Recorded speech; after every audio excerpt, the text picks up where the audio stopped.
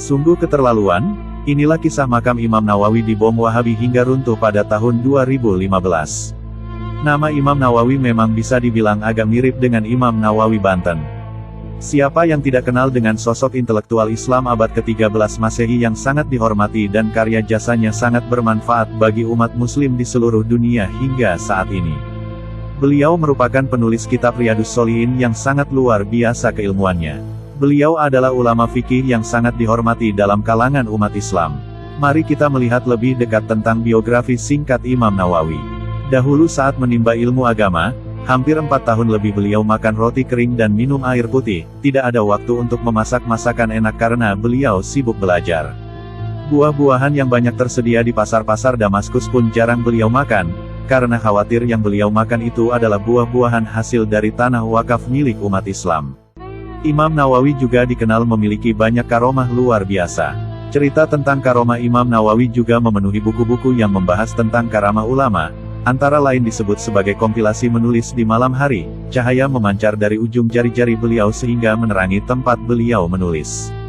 Nama panjang Imam Nawawi adalah Imam Muhyiddin Abu Zakaria Yahya bin Syaraf Nawawi. Kata Nawawi sendiri adalah nisbah untuk kampung beliau yang bernama Nawa, yaitu sebuah desa di Provinsi Dara di selatan Damaskus. Imam Nawawi lahir di Nawa pada tahun 1233 Masehi. Semasa hidupnya beliau manfaatkan untuk belajar, mengajar dan menulis karya-karyanya di Damaskus. Pada tahun 676 Hijriah, beliau kembali ke kampung halamannya di Nawa setelah mengembalikan berbagai kitab yang dipinjamnya dari sebuah badan wakaf. Beliau juga menziarahi makam para gurunya dan bersilaturahim kepada para sahabat beliau yang masih hidup. Pada hari keberangkatan beliau ke Nawa, para jamaah yang beliau bina melepas kepergiannya di pinggiran kota Damsyik atau Damaskus. Mereka bertanya kapan mereka dapat bertemu lagi. Namun Imam An-Nawawi menjawab bahwa mereka akan bertemu setelah 200 tahun. Awalnya mereka tidak mengerti perkataan sang imam, namun akhirnya mereka faham bahwa yang dimaksud sang imam adalah setelah hari kiamat. Pada saat wafatnya Imam Nawawi, kabar itu menyebar luas hingga Damaskus. Semua orang bersedih dan kehilangan atas wafatnya sang imam. Penguasa saat itu, Izzuddin Muhammad bin Soid juga menyempatkan datang dan menyolatkan jenazah Imam Nawawi. Imam Nawawi dahulu wafat pada tanggal 24 Rajab tahun 676 Hijriah dan dimakamkan di Nawa Provinsi Dera Suriah, atau dekat perbatasan Yordania saat ini.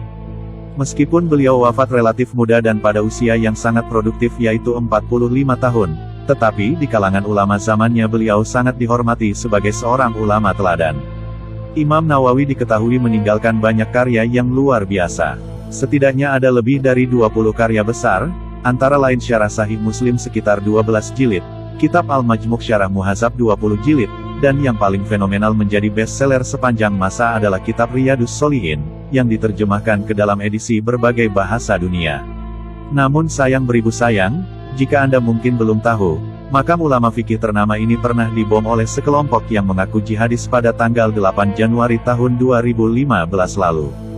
Dikutip dari kantor berita lokal wilayah Nawa, merilis video berdurasi pukul 1:03 yang berisi rilis pendek puing-puing makam Imam Nawawi setelah diledakkan oleh sekawanan orang tak dikenal, sehingga menambahkan komentar dalam video tersebut.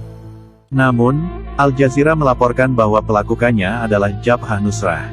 Pejuang Al-Nusra menganggap bahwa penghormatan kepada makam Imam Nawawi tersebut sama halnya dengan menyembah berhala. Mereka menyamakan aksi mereka dengan penghancuran kuil berhala. Mereka menanam bahan peledak tepat di tengah-tengah makam Imam Nawawi.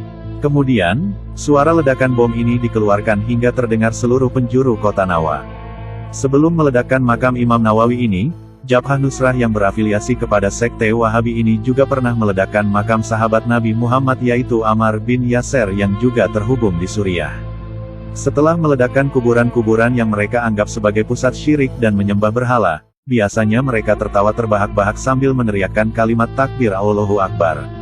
Padahal, makam itu adalah tempat peristirahatan terakhir ulama fikih yang sangat alim dan berjasa dalam Islam. Dalam sebuah laporan yang diterbitkan Kementerian Wakaf Islam Suriah, PBB mengatakan bahwa 290 situs di seluruh negeri telah terkena dampak langsung pertempuran. Sebanyak 24 situs hancur, 104 rusak berat, 85 rusak sedang, dan 77 kemungkinan rusak.